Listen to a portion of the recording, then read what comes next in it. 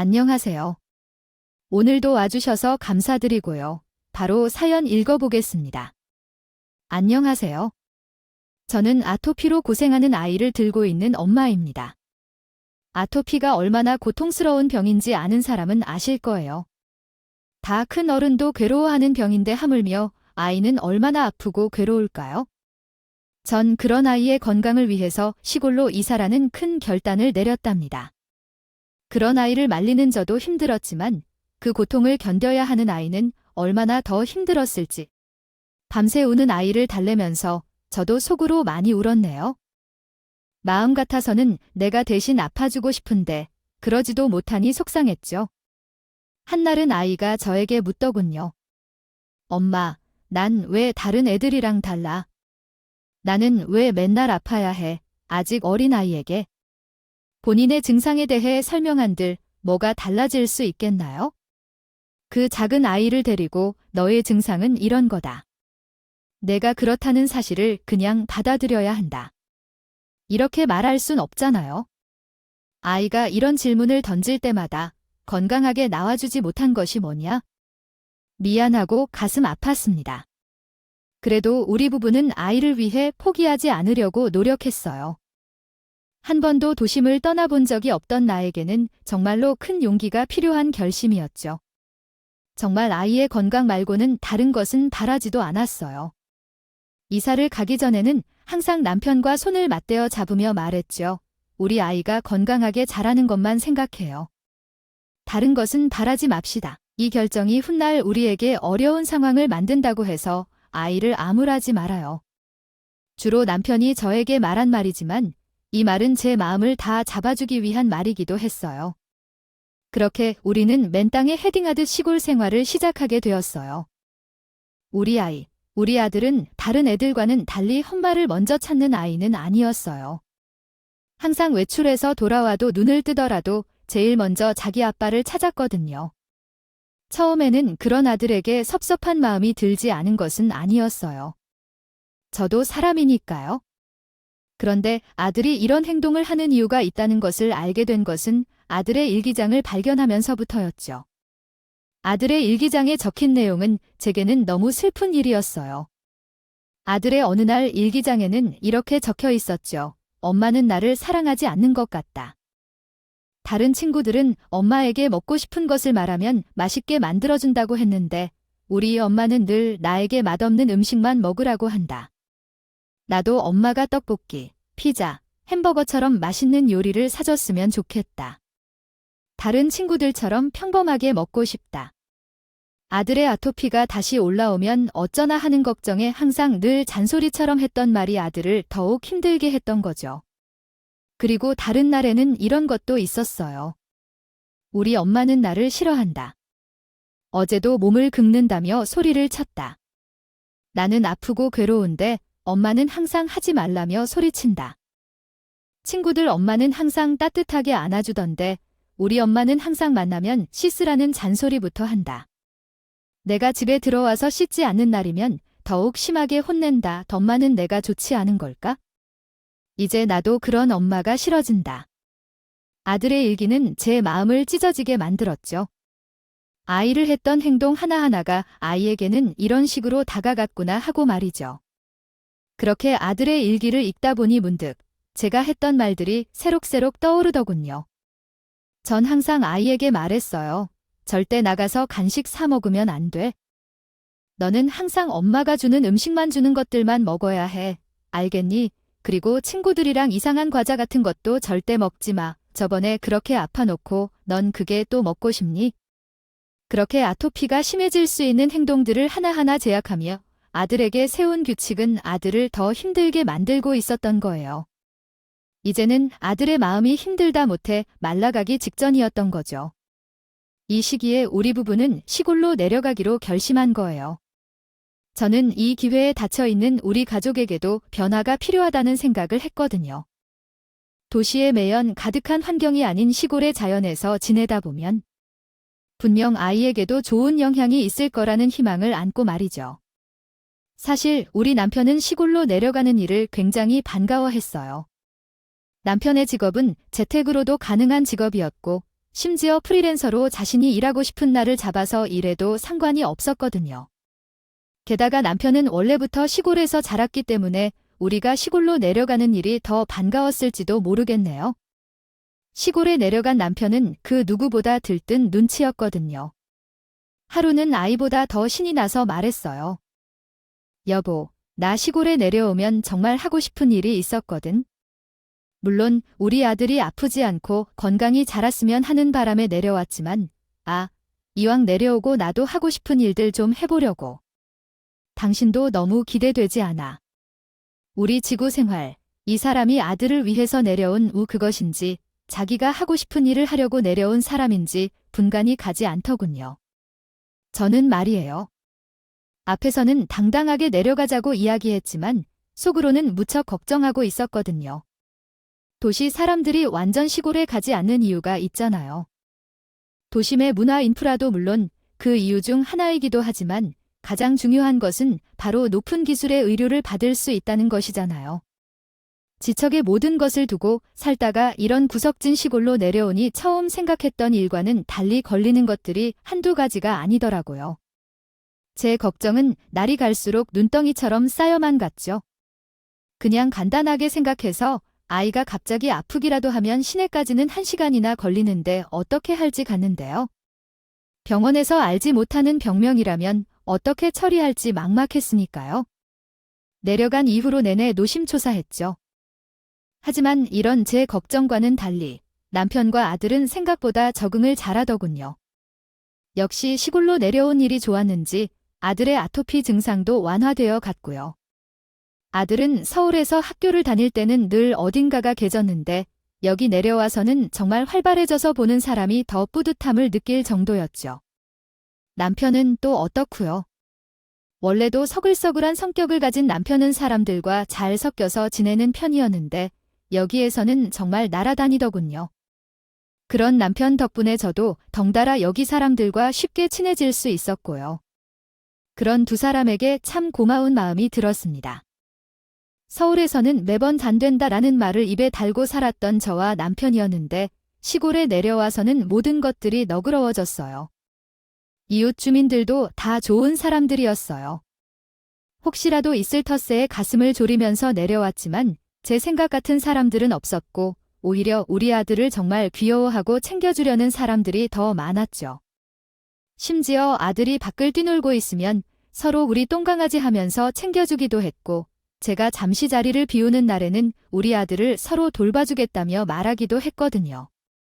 그런 마을 사람들의 행동에 더 내려오게 잘했다고 생각이 들었어요. 우리가 시골에 내려와서 지낸 지 1년이 넘었을 무렵이었어요. 시골에서는 모든 일을 집에서 스스로 해야만 했는데 여자가 혼자서 하기 힘든 일이 무척이나 많았어요. 하지만 일하는 남편에게 해달라고 말하기도 했었고 어떻게든 혼자 해보겠다고 낑낑거렸던 적도 많았어요.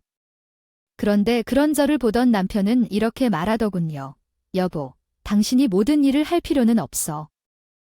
우리가 이렇게 내려온 일이 당신의 단독으로 결정된 일도 아니고 도시에서만 살던 당신이 어떻게 혼자서 시골 생활에 뚝딱 적응할 수 있겠어? 그러니까 본인에게 너무 힘들다고 생각되는 일은 나한테 기대해. 우리 부부들 사이에서 그 정도는 당연한 것 아니겠어? 남편은 제 고집에 끙끙거리며 일하던 저를 다독여주곤 했죠. 그리고 저울에 있을 때보다 훨씬 의지가 되는 사람으로 변해 있었어요. 마치 두 번째 신호를 겪는 느낌이었어요. 우리 남편은 생각보다 손재주가 있던 사람이더군요. 집에서는 일하고 나면 움직이는 것을 싫어해서 몰랐는데 막상 이렇게 시골에 내려와서 뭐든지 본인을 손으로 해야 하는 일들이 많다 보니 알게 되었죠. 어느 정도냐 하면 시골에 와서 키우기 시작한 강아지 집을 본인의 손으로 뚝딱 만들어서 오질려 안나 가족이 앉아서 쉴 수 있는 곳을 만든다더니 평상을 하나 만들어 오질 않나. 집에 있는 웬만한 가구나 도구는 남편의 손에서 탄생했을 정도였거든요. 얼마나 신통방통한지 어느새 마을 사람들은 남편을 뚝딱이 아빠라는 별명으로 부르고 있더라고요. 전 옆에서 그런 남편을 보는 게 어찌나 뿌듯했는지 모릅니다. 남편이 이렇게 만들어주는데도 아들이 유독 떼를 쓰는 것이 있었어요. 바로 아들의 장난감이었는데 아들은 TV나 컴퓨터에서 어떻게 찾았는지 로봇 같은 것을 보면서 사달라고 생떼를 부리곤 했죠. 전 아들에게 장난감을 사주려고 했어요. 이렇게 시골로 내려온 것은 아들을 위해서였지만 아들이 가지고 싶은 장난감 하나 못 사주겠나 싶었거든요. 그래서 하루는 인터넷으로 아들의 장난감을 사기 위해서 이리저리 둘러보고 있었어요. 그런데 주문하려는 조례 보더니 남편은 말리는 거예요. 지금 여기서는 건강을 지켜야 한다고 이렇게 내려왔는데 도시에 있던 것들을 사주겠다 결정한 당신이 아이 장난감을 쉽게 샀는데 아이가 시내로 나가고 싶어하면 얼른 데리고 나가줘야 할지도 모르겠어요. 아이는 더 이상 도시로 돌아가고 싶지 않을지도 몰라요. 예전에 자기 친구들과 놀았던 기억을 생각하며 말이에요. 그리고 아이에게 완제품을 사주는 것은 오히려 아이를 망치는 길이 될 수도 있겠죠. 당신도 잘 알잖아요. 우리 어릴 적에는 원하는 것을 얻기 위해 모든 노력을 기울였고 만들어서 사용했는데 현재는 어떨까요? 우리 아들은 다른 집 아이들과 같은 방식으로 자랄 필요가 없다며 결정했었죠. 그러니 불편하더라도 우리가 해결책을 찾아 손수 만들어주자고 생각해봐야 해요. 우리는 그렇게 살기를 원해서 여기로 내려왔잖아요. 남편의 말에 당신은 아차하게 될 것 같아요. 맞아요. 우리는 아이의 건강과 교육을 위해 이 시골로 오는 것을 결정했는데 아이가 가지고 싶다는 말에 눈이 멀어 남편과 했던 약속을 지키지 못할 뻔했으니까요. 쉽게 얻을 수 있는 것은 아들에게도 보람을 주지 않고 노력과 해결 방안 등을 알려줄 수 있는 길을 막는 것이니까요. 저는 아들이 떼쓰며 가지고 싶다는 말에 마음은 아팠지만 참고 남편과 노력하기로 했죠. 그렇게 아들은 몇 날 며칠을 울며 때리셨어요. 이러다 큰일이 나지는 않겠지라는 생각이 들 정도였죠. 하지만 어느 날부터는 아들은 울지 않고 남편과 함께 속닥거리고 있는 거예요. 그리고 어디선가 실로 연결된 목각인형 같은 것을 만들어 놓고 놀고 있더군요. 전 그런 아이가 대견스러웠습니다. 그리고 아들과 같이 성장하는 사람은 또 있었어요. 바로 남편이었죠. 남편은 점점 까다로워지는 아들의 요구사항을 들어주기 위해 계속 솜씨가 늘어가더니 이제는 아이 보물지기를 만들어주겠다며 집 앞에 아이의 텐트까지 짓기 시작하더군요. 이때는 정말 저 혼자서 둘 사이에 끼지도 못하고 얼마나 섭섭했는지 몰라요. 저를 빼놓고 둘은 며칠의 머리를 맞대면서 고민하더니 집 앞에 이상한 모양을 가진 텐트를 만들어 놨더군요. 결과물이 흡족했는지 아들은 생각했던 대로야 하면서 신나했고 남편은 그런 아들을 뿌듯하게 쳐다보고 있었죠. 신나서 방방 뛰는 아들을 놔두고 제 옆에 온 남편이 이런 말을 하더군요. 우리 아들 참 잘하지 않아. 내가 자기 장난감을 만들어주는 것을 보더니 자기도 같이 만들고 싶다고 해서 이번에는 이렇게 텐트를 만든 거거든. 자기가 직접 설계도 할 거라면서 안간힘을 쓰더니 이렇게 완성했고 이런 과정들을 직접 겪고 실패를 겪고 하는 것들이 하나의 교회가 아니겠어? 어때? 당신도 우리 아들이 기특하지? 남편의 말에 저는 웃으면서 그렇다고 했죠. 아들이 흑두성이가 되어 뛰어다니든 말든 본인 집이 생겼다고 했는데 아이에게 씻으라며 윽박을 지를 수는 없잖아요. 행복이 별건가 여기 지금이 순간의 행복이지라는 생각이 들었죠. 다만 이렇게 즐거운 전원생활이었지만 괴로운 일이 없는 것은 아니었어요. 바로 우리 시어머니 때문인데요. 시어머니는 옆 동네에서 살고 있었거든요. 그런데 성종이 워낙 사감 선생님 같은 분이라 굉장히 신경이 쓰였어요. 한 번은 집에 놀러온 시어머니에게 밥을 차렸는데 갑자기 화를 버럭 내는 거예요. 나 여기 내려온 게 소풍이라고 생각했니? 아니, 넌 아무리 아프다는 애를 두고 이런 식으로 애를 먹여 몸에 좋다는 거 진수성찬으로 내어도 시원찮을 판의 반이여. 너 때문에 우리 손주가 병이 났어. 이렇게 애를 신경 쓰지도 않으니 너와 같은 게 무슨 엄마야? 세간에서 너같이 행동하는 사람을 계모라고 부른다는 거 알아? 너 싫어하는 거도 알고 있지? 엄마가 얼마나 미덥지 못했으면 맨날 제 아빠만 찾겠어.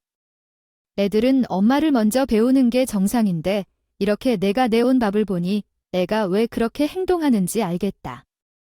제가 차린 밥은 그렇게 간단하지는 않았어요. 물론 반찬 3개의 밥국이면 간단하다고 생각하는 사람도 있겠죠. 하지만 전부 영양을 따져서 하루하루 식단을 만들고 아이에게 차려주는 것이거든요. 그런 식단인데 싫은 소리를 하니 정말 듣기가 싫었어요. 특히나 올 때마다 이렇게 잔소리를 하니까. 그런 시어머니가 있는 시골이었지만 항상 싫은 일만 있는 것은 아니었어요. 우리 부부가 여유를 즐기기 위해서 외출하는 날이면 너무나 즐거웠거든요. 집에서 얌전히 자고 있을 아이에게는 미안했지만요. 우리 부부가 오붓한 시간을 보내기 위해서는 아이가 잠든 시간밖에 없었으니 어쩔 수 없죠. 그날도 남편과 밤늦게 영화를 보기로 한 날이었어요. 즐겁게 둘만의 시간을 보내고 있었어요. 특히 이날은 시어머니가 친척 집에 간다고 해서 저도 오랜만에 완전한 자유를 찾은 날이었거든요. 그래서 평소보다 더 신났던 것 같아요. 그렇게 놀다가 들어온 우리 부부는 서로 피곤했는지 골아 떨어졌죠. 그러던 새벽녘이었어요. 잠결에 깨어났는데 이상한 연기가 눈앞에 보이는 거예요. 처음에는 비몽사몽잠에서 완전히 깨지 않은 상태였기에 몰랐는데 연기가 점점 늘어가는 걸 보이는 거죠. 너무 놀라 허둥지둥 일어나려고 하니 남편은 그새 파악이 끝났는지 저를 이불로 돌돌 마는 거예요. 그러고는 저를 창밖으로 굴러서 떨어뜨렸죠. 전 떨어진 충격에 잠시 정신을 잃었고 멀어지는 정신 끝에서 남편의 목소리를 들었어요. 여보, 시간이 없어. 빨리 도망가야 해, 얼른 피해야 해, 다급하게 피해야 한다던 남편. 정신을 잠시 잃었던 저는 빠르게 제정신을 차리려고 노력했고 제정신이 들었을 때는 이미 집의 절반이 불타고 있던 상황이었어요. 그때 생각난 것은 텐트에서 놀고 있던 아들이었죠. 급한 마음에 아들을 찾으러 헐레벌떡 뛰어갔고 아들은 다행히 아무것도 모른 채로 새근새근 자고 있더군요. 다행이라는 마음과 함께 아들을 둘러엎고 그대로 집을 빠져나왔어요. 그렇게 콜록대면서 나와보니 아니, 있어야 할 사람이 옆에 없는 거예요. 저를 살리겠다고 밖으로 던졌던 남편이 아직까지 집에서 탈출하지 못했던 겁니다. 큰 불에 동네 사람들이 저마다 양동이의 찬물을 받아서 집에 끼얹고 있었고 저는 남편이 안에 있다며 큰 소리로 도움을 요청했어요. 하지만 타들어가는 제 마음과는 달리 한참을 기다려도 남편은 불길 속에서 나오질 않았어요. 전소리치면서 다시 들어갈 기세로 집을 향해 달려갔습니다. 남편이 아직 안에 있다니까요. 빨리 남편 구하러 가야 해요. 그러나 사람들은 그런 저를 붙잡으며 말렸어요. 아, 지금 들어가면 부인도 못 나와요. 아, 저 불길 속을 들어가서 당신이 뭘 어쩌겠다는 거야? 이대로 여기 있는 당신한테는 혼자 살게 만들 거야. 우리도 노력하고 있으니 조금 기다려봐요. 불 보자마자 주민이 신고를 넣었다고 했으니 소방차도 금방 올 거예요. 부인이 정신 차려야지 저를 말리는 사람들에 밀치며 다시 출력합니다. 집으로 가려고 했지만 엄마하고 울먹이는 아들이 저를 잡는 순간 저는 그 자리에 그대로 있을 수밖에 없었죠. 전 그날 밤 남편과 이별하게 되었습니다. 불렀다는 소방차는 생각보다 거리가 있었는지 빨리 오지 못했고 저는 활활 타오르는 불길을 내 남편을 집어삼키는 것을 그대로 보고만 있어야 했죠. 그때 충격으로 전 한동안 말을 하지 못했어요. 실어증이 걸린 겁니다. 이건 꿈일 거야. 이건 현실이 아닐 거야 라고 속으로만 말하며 넋을 놓았어요. 그날의 화제는 내 몸과 정신을 모두 태우고 말았던 거예요. 어느덧 도착한 소방차가 불길을 잡았지만 전 그때까지도 남편이 없다는 사실을 인정하지 못하고 멍하니 있었어요. 하지만 그런 나를 괴롭혔던 것은 남편의 상실만이 아니었어요. 다음 날 친척집에서 돌아온 어머니는 화재 소식을 들었는지 집으로 들이닥쳤고 남편이 죽었다는 말에 제 멱살을 잡으며 제게 원망을 쏟아냈죠. 내가 너 같은 것이 우리 집에 들어와서 이 난리가 난 거 아니냐? 내 아들 어떻게 할 거야? 살려내라고. 내 아들 너 같은 년이 살아있을 게 아니라 내 아들이 살아있어야지. 왜 너 같은 건 살아있고 내 아들이 여기 없냔 말이야? 내 아들 대신 내가 갔어야지. 내 한 목숨 내 아들을 위해서 썼어야지. 남편을 잃은 고통은 저만 겪는 것이 아니었는데 시어머니는 나에게 남편을 대신해서 내가 죽었어야 한다며 잡은 역을 흔들며 말했어요.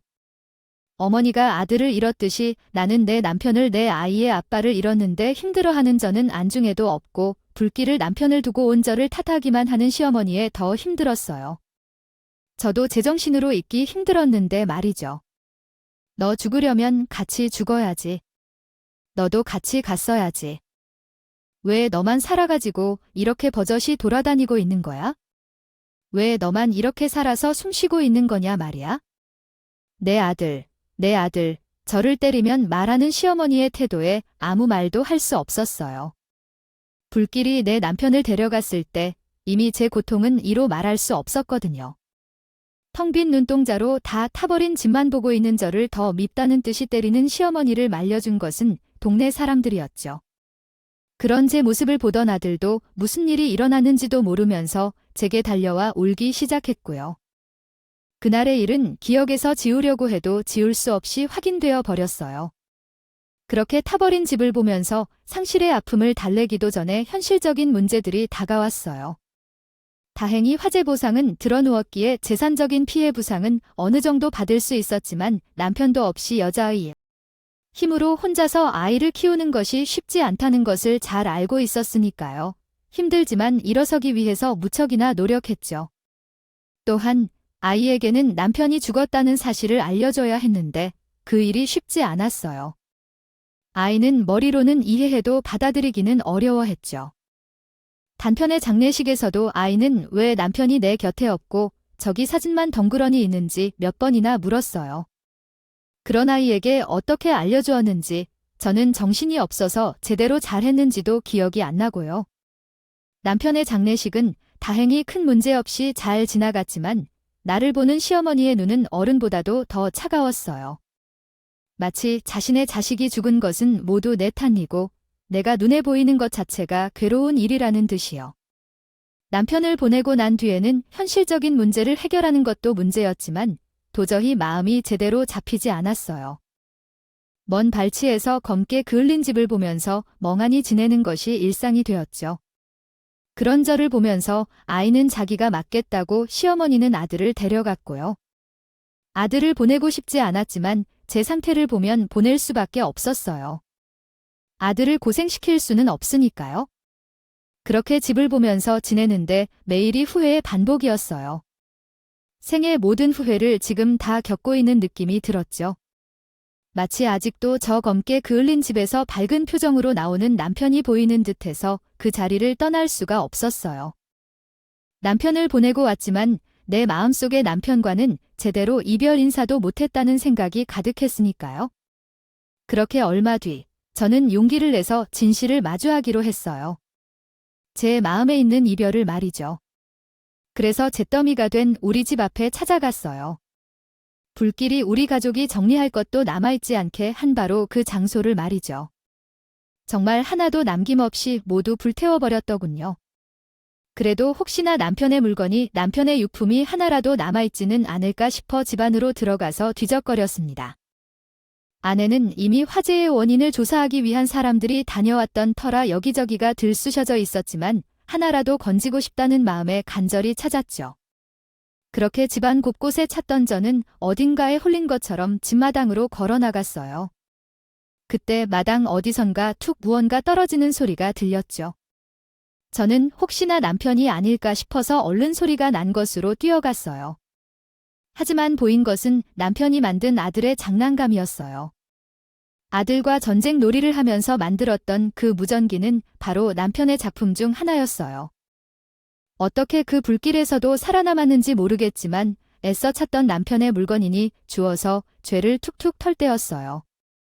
여보, 창고로 가야 해. 이거 들으면 무조건 창고로 가서 봐봐. 그 안에 내가 준비한 게 있어? 난 괜찮아. 난 괜찮으니까. 당신, 또 내가 없다고 울지 말고 내가 당신 웃는 얼굴을 제일 좋아하는 거 알지?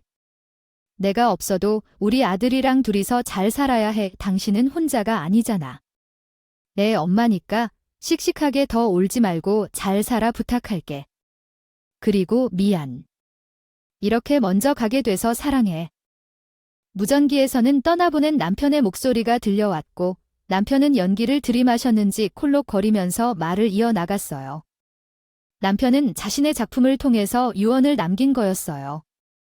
불길을 자신은 틀렸다고 생각했는지 아니면 자신의 죽음을 예상했는지 자신이 없어도 밝게 살아야 한다면서 자신이 준비한 것이 있다고 말하는 남편의 말은 언제나처럼 밝은 목소리였죠. 순간 눈에서 눈물이 흘렸어요. 전 제가 울고 있는지도 몰랐었죠. 그 자리에서 못이 박힌 듯이 펑펑 울었어요. 그리고 남편의 목소리를 계속해서 반복해 들었죠. 남편은 살아생전에 아들에게 무전기를 만들어주면서 제게 말했어요. 여보, 무전기는 원래 한쪽으로만 말을 전하는 거 아니야? 그런데 왜 이런 기능을 넣은 거야? 당신 하나만 알고 둘은 모르는구나. 남자애들은 말이야, 이런 곳에 로망이 있는 법이야. 숨겨진 기능 같은 거 찾으면서 얼마나 재미있고 즐거웠는데 말이야. 당신이 이러니까 맨날 아들이랑 놀지도 못하고 맨날 싸우기만 하지. 이렇게 녹음 기능이 있으면 나중에 자기 비밀을 막 녹음해서 들려주기도 하고. 그런다니까 그런 게 또 얼마나 귀여운데. 나중에 여기다가 자기 비밀 이야기 녹음하면 내가 당신한테도 특별히 들려줄 테니까 물론 우리 아들한테는 비밀이야. 알겠지? 그렇습니다. 남편은 남자끼리의 로망이라며 무전기에 녹음 기능을 넣었고 아들은 그런 무전기를 그냥 단순히 무전기로만 사용하고 있었거든요. 그런데 막상 비밀 이야기를 녹음한 사람은 이미 세상에 없는 내 남편이었던 거죠. 그래도 약속은 지켰네요. 비밀 이야기를 들려주기는 했으니까요. 정말 죽는 순간까지도 가정을 걱정한 남편이었어요. 자기가 죽어가는 마당에도 가족 걱정만 저렇게 남기고 왔으니까요. 전 그런 남편의 심정을 알 것만 같아서 한참을 그 자리에서 울었던 것 같아요. 그렇게 한참을 녹음된 남편의 목소리를 듣다가 창고로 가라는 남편의 말이 갑작스럽게 귀에 들려왔습니다. 그리고 정신을 차리고 남편이 말하던 창고를 뛰어갔죠. 남편의 작업실 창고는 집과는 조금 떨어진 곳에 있었어요. 그래서 이번 화재에서도 불이 번지지 않아 멀쩡하게 남아 있었죠. 남편도 그럴 것이라고 생각해서 제게 창고에 가보라고 했던 것 같아요. 두근거리는 마음을 가다듬고 도착한 창고의 문을 열어서 안해보았죠. 거기에는 남편이 만들다가 만 장난감에서부터 다 완성되어 여기저기 전시된 작품까지 다양한 것들이 있었어요.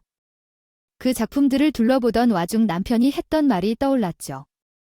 당신, 내가 왜 이렇게 아들 장난감에 집착하는 줄 알아? 내가 이런 직업을 가진 게 아닌데도 말이야. 내가 이 장난감을 왜 이렇게 집착하느냐면 언젠가 우리 아들처럼 화학물질을 접할 수 없는 아이들에게 도움이 되고 싶어서야. 그래, 우리 아들도 예전에 가지고 놀던 것들 말고 지금 내가 만든 친환경 장난감을 가지고 놀고 나서는 좀 괜찮아졌지 않아? 그래서 이걸 어떻게든 제품으로 만들면 우리 아들과 같은 어려움을 겪는 친구들도 재밌게 놀 수 있을 것 같아서 겸사겸사 비슷하게 만들어주는 장난감이 많아지면 더 좋고 남편은 욕심이 없던 사람이었어요. 자신이 개발해서 제품을 내더라도 누구나 이걸 사용할 수 있게 만들고 싶다고 항상 말했거든요. 그런 남편의 작업대에는 종이뭉치가 올려져 있더군요. 이게 뭔가 싶어서 본 저는 놀라고 말았어요. 첫 번째 장에 있는 것은 남편이 과거에 말했던 친환경 장난감에 대한 특허권이었거든요. 그리고 그 아래에는 특허권과 함께 제품 출시에 대한 계약서가 한 장이 있었고 저는 놀라서 그 뒤에 문서들도 쭉 살펴보았는데 모두 친환경 장난감을 만들면서 겪었던 시행착오와 문제의 해결 방법에 대한 방안들이 적혀져 있었어요. 그렇게 만들어진 장난감의 샘플은 종이였어요. 옆에 있던 장난감인 것 같았고요. 아이들이 가지고 노는 것이니 험하게 다루어도 비와 눈을 맞아도 쉽게 망가지지도 않도록 설계되어 있었죠. 이 장난감을 가지고 논 대상은 바로 우리 아들이었고 아들은 자신도 모른 채 아버지의 꿈이었던 친환경 장난감 개발에 큰 도움을 준 것이었고요. 창고에서 남편이 준비해둔 것들을 놀랐지만 일단 남편의 유품이라는 생각에 이것들을 잘 챙겨두고 밖으로 나왔어요. 제가 그것들을 발견한 지 얼마 지나지 않아서 한 업체에서 저를 찾아왔죠. 바로 남편의 제품을 출시하기로 했던 계약서에 적힌 업체였어요. 업체는 남편의 죽음에 대한 소식을 들었는지 저에게 의미 있는 제안을 하나 제시하더군요. 바로 남편의 장난감에는 남편의 이름을 본따 만든 로고를 새기자는 것이었죠. 안녕하세요. 저희는 남편분과 계약한 업체에서 찾아왔습니다. 남편분의 소식은 얼마 전에 건너 들었습니다. 고인이 가시는 길 평안하시길 바랍니다. 그래서 말인데 저희가 부인에 대해 계약 제안을 드리고자 합니다. 남편분의 제품에 고유 로고를 새기는 것이 어떨까요? 아들을 위한 사랑으로 장난감을 만든 아빠 아드님이 나중에 한다면 정말 자랑스럽게 생각하지 않을까요? 자신의 아버지는 자신을 사랑하는 마음으로 이 제품을 만들었다는 것이니까요. 지금은 아직 어리다고 들었지만 이내 이 제품의 의미를 깨닫게 되겠죠. 물론 저희는 제품을 전 세계로 출시할 계획까지 하고 있습니다. 이에 대한 계약금과 수익금은 부인에게 드릴 거고요. 원래는 업체 로고를 사용하는데 이번에는 특별히 남편의 이름까지 딴 로고를 넣어서 출시하자는 업체의 말에 정말 감사했어요. 업체의 사장님은 이 제품이 나중에 저희 아들에게도 좋은 의미가 될 수 있게끔 하는 게 좋지 않겠냐고 말하는데 저는 많은 배려에 어떻게 답해야 할지 몰랐어요. 그래서 말했어요. 사장님의 의견은 잘 들었습니다. 좋습니다. 사장님이 말한 대로 제품 출시를 진행해 주세요. 우리 글도 하늘에서 만족하면서 웃을 겁니다. 이 계약은 본인의 꿈의 첫발걸음이나 다름없으니까요. 지금은 옆에 없지만 아들도 점점 커가면서 자신의 아버지가 어떤 마음으로 이 제품을 만들게 되었는지 알게 되겠죠. 이렇게 출시하게 된 제품은 생각보다 오랜 시간이 걸렸어요. 설계도는 있었지만 해당 프로젝트를 진행할 당사자가 자리에 있지 않았으니까요. 업체에서는 남편의 제품을 만들 전문가와 함께 제작을 진행했고 몇 년이 흘러 남편의 제품은 세상에 첫 발을 내딛었죠. 바로 남편이 설계한 아이들을 위한 캠핑 세트가 말이에요. 남편의 설계도를 살펴본 전문가는 이렇게 말했어요. 보이는 남편이 이 제품을 만들면서 어떤 생각을 했는지 설계도에 다 녹아있다는 사실을 아시나요? 처음에는 저희도 겨우 캠핑 제품인데 하면서 쉽게 생각했거든요. 그런데 남편분이 남긴 설계도를 보니까 그런 생각을 했던 저희가 부끄러워졌습니다. 당신 남편은 정말 아이들을 위한 친환경 제품을 만들기 위해 어떤 노력을 했는지 그 열정이 여기에 다 담겨 있을 정도예요. 정말 대단한 사람이군요. 제 남편을 칭찬하는 말에 흐뭇하게 웃었던 것 같네요. 그리고 옆에 있던 사장님은 제게 하나의 종이를 내밀면서 말하더군요. 여기 부인에게 이 계약서를 드려야 할 것 같아서 오늘은 함께 방문했습니다. 여기 보시면 아시겠지만 이 제품으로 생긴 수익금은 모두 아내분의 통정으로 해달라는 남편분의 말이 있었어요. 특허권은 대부분의 사람들이 사용해도 괜찮다고 했지만 수익금만큼은 부인에게 돌려달라고 웃으면서 말했었죠. 이렇게 가족을 생각하는 사람은 요즘 세상에 보기 힘든데 참 좋은 분을 남편으로 두셨어요. 업체 사장이 내민 계약서에 저는 다시 한번 눈물을 글썽일 수밖에 없었습니다. 평소에는 욕심이 없던 남편이었지만 그래도 저와 아들을 생각해서 처음부터 수익금은 자신이 아닌 제 통장으로 계약했다는 사실에 너무 놀랐어요. 살아있을 때는 그런 뉘앙스는 전혀 없었으니까요. 다시 한번 남편에게 고맙고 또 고마운 마음을 가진 날이었죠. 지금 저는 남편의 뒤를 이어 친환경 장난감을 만드는 일에 종사하고 있어요. 죽는 순간까지도 애처롭게 남겼던 남편의 이후를 이어가는 것은 내가 해야 할 일이라 생각했던 저는 남편의 꿈을 지키기 위해 남편의 몇 배로 더 노력하는 나날을 보내고 있어요. 내가 열심히 일해야 우리 남편의 이름이 2번 다시는 죄로 돌아가지 않을 테니까요. 최근에는 시어머니가 데려간 아들도 다시 데려와서 함께 지내고 있어요. 몇 년 동안은 남편의 제품 출시에 몰두했던 터라 아들에게 많은 관심을 주지 못했었거든요. 퇴근 후 시댁으로 가서 매일 아들을 보았지만 다시 아들과 함께 살기에는 사정이 부족했어요. 다시 함께 살게 된 아들도 지금은 예전보다 더 의젓한 모습을 하고 있어요. 전 그런 아들에게 아빠의 흔적을 지우지 않기 위해서라도 매일 남편의 이야기를 아들에게 하고 있죠. 물론 아들도 자신의 아빠를 잊고 싶지 않았는지 아빠가 만들었다는 장난감을 자기 목숨처럼 아끼고 챙기고요. 그런 모습을 보면 덩달아 흐뭇한 미소가 지어집니다. 그리고 남편의 죽음을 제 탓으로 돌렸던 시어머니도 더 이상 그 말씀은 하지 못하세요. 제가 남편이 남긴 유언에 대한 일을 목숨처럼 바쳐 하고 있으니 그런 채 진심을 봐주신 것 같았죠. 모든 걸 포기하고 삶조차 포기할 수 있는 상황임에도 불구하고 하늘로 간 남편의 일들을 마무리하려는 제게 고맙다는 말까지 하셨어요. 애미야, 예전에 내가 모든 소리 한 건 속상해서 그런 거 이해하지. 자식은 어미 마음 이해해줘라. 나도 그땐 제정신이 아니었고 눈이 돌아갔어. 그러니 너한테 그런 말을 한 거야 미안하다. 아니에요, 어머님. 어머님 마음 모르는 거 아니에요? 당연히 그러실 만하죠. 하지만 저도 남편을 잃었고 우리 아이는 아빠를 잃은 거잖아요. 소중한 사람의 이런 사람들끼리 서로 위로하며 잘 지내요, 어머님. 그래야 남편도 편안히 눈을 감을 수 있을 거예요.